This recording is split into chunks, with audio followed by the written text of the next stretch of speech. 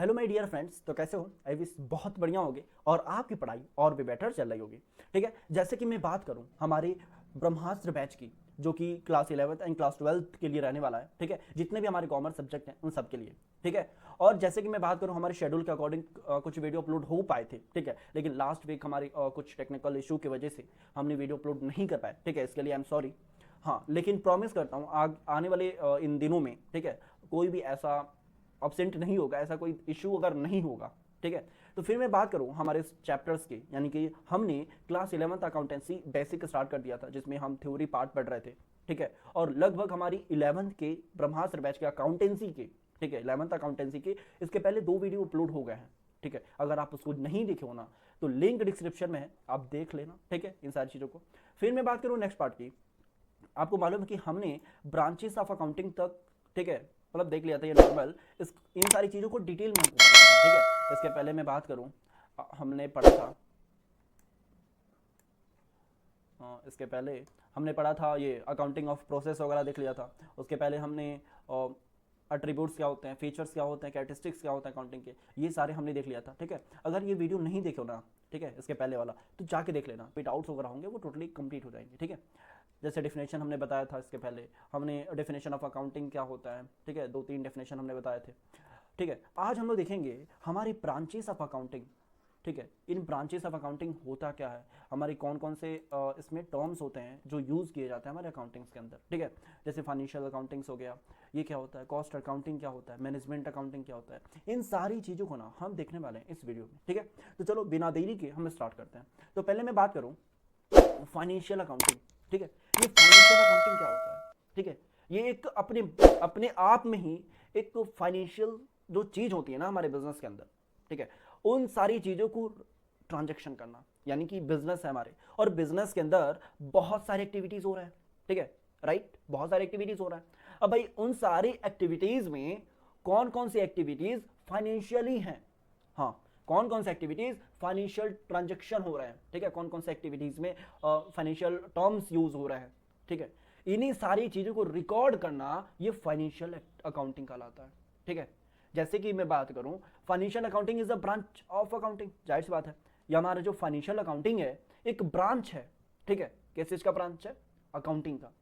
विच record, यानी कि ये रिकॉर्ड करता है हमारे फाइनेंशियल ट्रांजेक्शन्स को एंड इवेंट को। हमारे बिजनेस के अंदर ना जितने भी टाइप्स के, यानी कि जितने भी टाइप्स के एक्टिविटीज हो रहे हैं, उन सारे एक्टिविटीज में, वो उन सारे इवेंट्स में जो फाइनेंशियल ट्रांजेक्शन होंगे, जो फाइनेंशियल टर्म्स में एक्टिविटीज होंगे, ठीक है, उन्हीं सारी चीजों को रिकॉर्ड करना। ठीक है, ये होता है फाइनेंशियल अकाउंटिंग जो। ठीक है, देख लो, रिकॉर्डिंग करना यानी कि रिकॉर्ड करना फाइनेंशियल ट्रांजेक्शन को एंड इवेंट्स को, summarises are interpret and them and the communicates the result of the users. ठीक है, जाहिर सी बात है ना, हमने अपने बिजनेस के अंदर जितने भी फाइनेंशियल चीजें हैं, उन सारी फाइनेंशियल चीजों को, उन सारी फाइनेंशियल टर्म्स को रिकॉर्ड कर दिया। अब जब रिकॉर्ड कर लेंगे ना तो उसको समराइज करेंगे, समराइज करेंगे, फिर हम उसको इंटरप्रेट करेंगे। ठीक है, जब इंटरप्रेट कर लेंगे तब हमारा जो अदर यूजर्स होगा, ठीक है, जो एक्सटर्नल साइड से जो आएंगे, लाइक तुम्हारा गवर्नमेंट हो गया, ठीक है, लाइक इन्वेस्टर्स हो गया, ठीक है, और बोरोवर्स हो गया। ठीक है, जब हमारे एक्सटर्नल यूजर्स आते हैं ना तो हम उनको अपनी बिजनेस का, अपनी ऑर्गेनाइजेशन का हम क्या बताएंगे, इंफॉर्मेशन देंगे कि देखो भाई हमारा बिजनेस इस पोजीशन पे, इसकी ये टर्नओवर है, ये प्रॉफिट है, लॉस है, ये बैलेंस शीट है। ठीक है, तब जबकि अगर हमारी कंपनी में वो इन्वेस्ट करना चाहता है तो वो करेगा इन सारी चीज़ों को। ठीक है, और ये सारी चीज़ें एक सिस्टमेटिक तरीके से रिकॉर्ड होगा।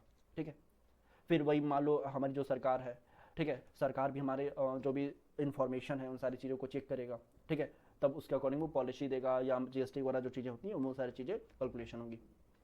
फिर हमारा कोई मान लो फॉरवर्ड हो गया। ठीक है, जाहिर सी बात है, अगर हमें पैसे के फंड की ज़रूरत है तो मैं किसी अदर पार्टी से, अदर इंस्टीट्यूशन से मैं लोन ले सकता हूँ ना। अब वो लोन किस बेसिस पे मिलेगा भाई?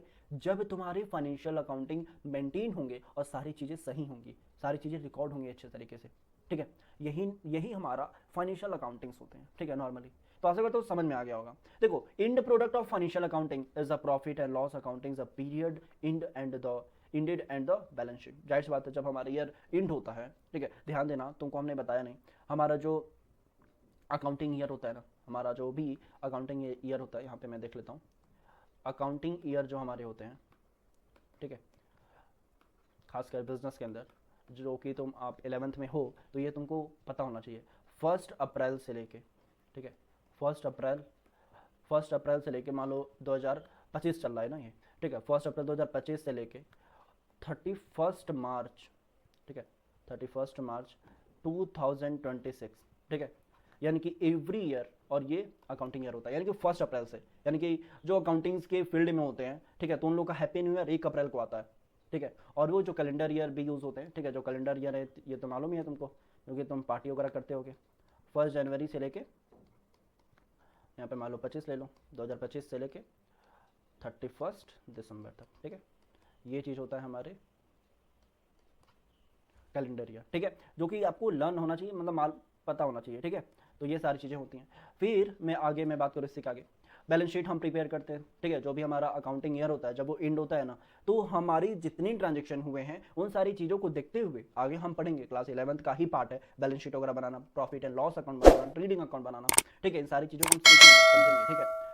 फिर मैं कहाँ पे था, जो भी हमारे अकाउंटिंग ईयर होते हैं, ठीक है, जो हमारे अकाउंटिंग ईयर एंड होंगे तो हम बैलेंस शीट बनाएंगे, ठीक है, last day of the accounting period के अकॉर्डिंग, ठीक है, जो भी हमारा लास्ट डे होगा, यानी कि अकाउंटिंग ईयर के, ठीक है, 31 मार्च 2026 को, ठीक है, इस दिन मेंटेन किए जाते हैं।